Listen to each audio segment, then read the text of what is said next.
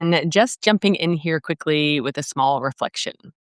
I was working with a client last week and we were talking about conditioning. And I mean, it shapes everything. And I've just been sitting here with my own charts. I've got mine printed out and bound with my family all in here together.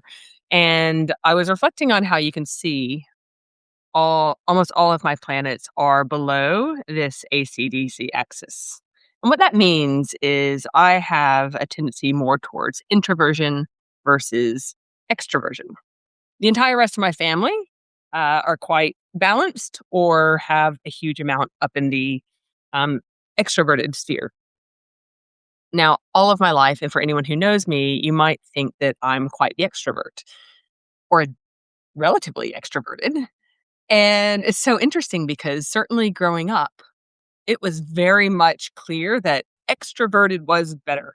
At least in the household that I grew up in, I was encouraged to get out there, be at the front, be chatting with people, really put myself out there.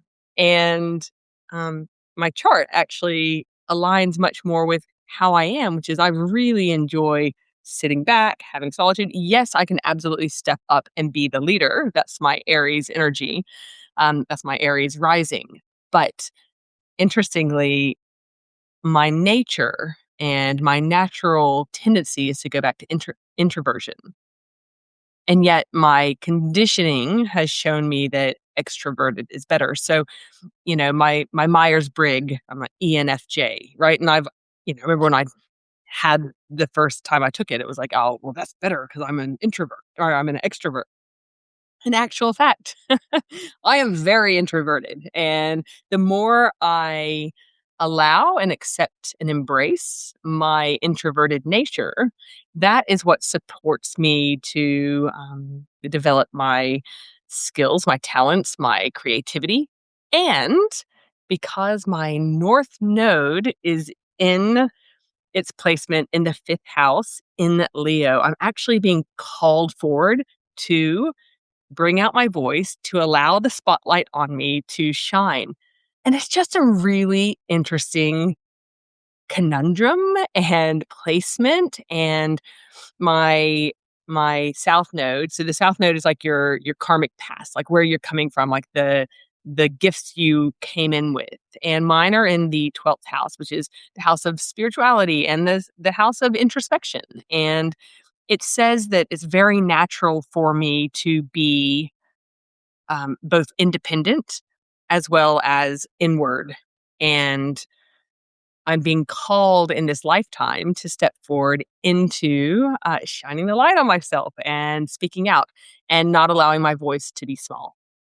So it's a really interesting dynamic. About a year and a half ago when I started writing my book, I also created a painting that said, "My voice and my art impact the hearts of millions." And I remember when I wrote it, I was like, "Oh, that's ridiculous. Like, I'm not going to impact the hearts of millions." But it was what was coming from me. And I know that that is what I am being led through my higher self to do. And I don't have to know exactly how it's going to happen. It's certainly not there yet on my Substack. But this is what is calling me forth.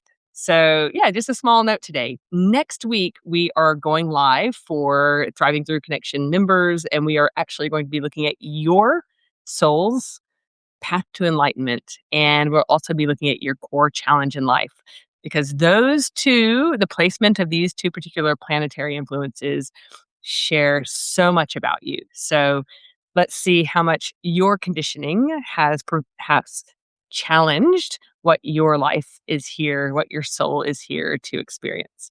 Look forward to seeing you there, and I hope you have a beautiful day ahead.